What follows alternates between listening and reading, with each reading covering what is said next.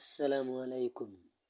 BPL এর 11তম আসর শুরু হতে যাচ্ছে আগামী ফেব্রুয়ারি। এই বিষয় নিয়ে কিছু আপনাদেরকে জানাবো। এবারের বিপিএল এর মোট 6টি franchise: Dhaka capitals, Sylhet titans, Rajshahi warriors, Rangpur riders এবং চট্টগ্রাম। এবার বিপিএলে কুমিল্লা আসে নাই এবং খুলনা আসে নাই।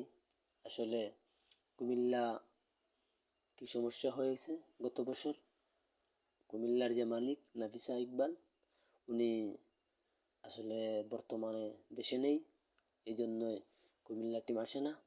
প্রতিটা বছর কুমিল্লার এত ভালো স্কোয়াড হয়, এটা আমরা খুব মিস করি।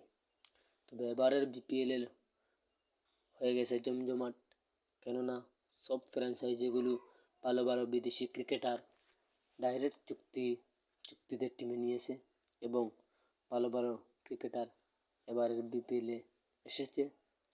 আমরা আশা করি এবারের বিপিএল খুব সুন্দর হবে এবং শুরু হবে 26শে ফেব্রুয়ারি সিলেট ঢাকাতুরা স্টেডিয়াম। উদ্বোধনী অনুষ্ঠান সিলেটেই হবে।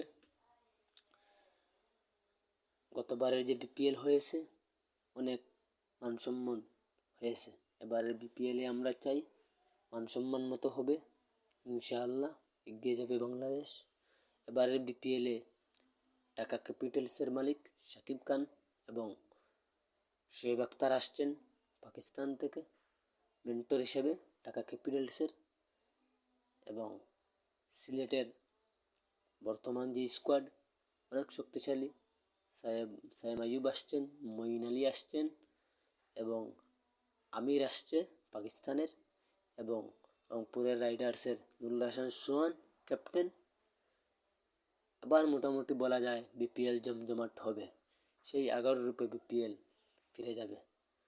বিপিএল বিশ্বের দ্বিতীয়তম লিগ। মাঝে মধ্যে 2019, 20, 21 কোভিড-19 সময় বিপিএলটার মান সম্মান নষ্ট হয়ে যায়, এটা আমরা খুব দুঃখিত। এবার চাই আবার বিপিএল হয়ে উঠবে বাংলাদেশের জান প্রাণের ক্রিকেটার এবং বিশ্বের বাজারে বিপিএল লিগ হয়ে উঠবে দ্বিতীয় লিগ। বিপিএল এর 11তম আসর শুরু হতে যাচ্ছে। ভিডিওটি ভালো লাগলে আপনারা আগামী ফেব্রুয়ারি সাবস্ক্রাইব করুন, চ্যানেলটি সাবস্ক্রাইব করুন, লাইক কমেন্ট দিয়ে আমাদেরকে পাশে থাকুন। জানাবো এবারের বিপিএল এর মোট 6টি